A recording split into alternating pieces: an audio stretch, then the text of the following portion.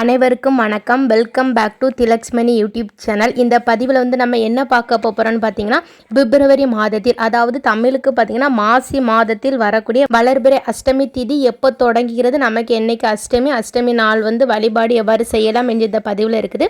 இன்னொரு எல்லாருடைய டவுட் என்னன்னு பார்த்தீங்கன்னா வளர்பிறை அஷ்டமியில் காலபைரவரை நாம் வழிபாடு செய்தால் தேய்பிறை அஷ்டமியில் காலபைரவரை வழிபாடு செய்யக்கூடாதா என்ற கேள்விகளுக்கு உண்டான பதில் இந்த பதிவில் இருக்குது. அதனால் இந்த பதிவு உங்கள் எல்லாத்துக்கும் ரொம்ப யூஸ்ஃபுல்லாக இருக்கும்னு நினைக்கிறேன். கண்டிப்பாக ஸ்கிப் பண்ணாமல் எல்லாருமே கடைசி வரைக்கும் பாருங்கள். நம்மளுடைய சேனலை இப்போ தான் ஃபஸ்ட் டைம் பார்க்குறீங்கன்னா கண்டிப்பாக சப்ஸ்கிரைப் பண்ணிட்டு பாருங்கள். வாங்கி இப்போ நம்ம வீடியோக்குள்ளே போகலாம். முதலில் பிப்ரவரி மாத வளர்பிறை அஷ்டமி எப்போ தொடங்குதுன்னு சொல்லி பார்த்துடலாமா? பிப்ரவரி 24ஆம் தேதி காலை 7:50 தொடங்கி பிப்ரவரி 25ஆம் தேதி அதிகாலை 4:10 வரைக்கும் இந்த வளர்பிறை அஷ்டமி திதி இருக்குங்க.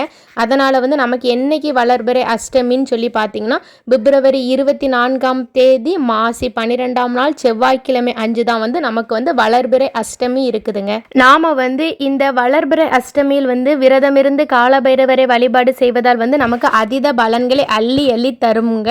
நாம் வளர்பிறை அஷ்டமி நாளில் காலபைரவரை வணங்க முடிவு செய்துவிட்டால் அதற்கு முன்பாக வரும் தேய்பிறை அஷ்டமி நாளில் நாம் காலபைரவர் வழிபாடு செய்யக்கூடாதுங்க. தேய்பிறை அஷ்டமி மற்றும் வளர்பிறை அஷ்டமி என 2 நாட்களிலும் வழிபாடு நடத்தினால் நமக்கு எந்த விதமான பலனுமே இருக்காது. அதை நினைவில் வைத்துட்டு நீங்கள் காலபைரவரை விரதம் இருந்து வழிபாடு செய்யுங்கள். ஓகே நண்பர்களே, இந்த தகவல் உங்கள் எல்லாத்துக்குமே ரொம்ப பயனுள்ளதாக இருந்திருக்கும்னு நினைக்கிறேன். கண்டிப்பாக இந்த வீடியோ உங்களுடைய ஃப்ரெண்ட்ஸ் அண்ட் ஃபேமிலிக்கு ஷேர் பண்ணுங்கள். நம்மளுடைய சேனலை சப்ஸ்கிரைப் செய்யுங்கள். அடுத்து இதே மாதிரி ஒரு நல்ல பதிவில் சந்திக்கலாம். நன்றி, வணக்கம்.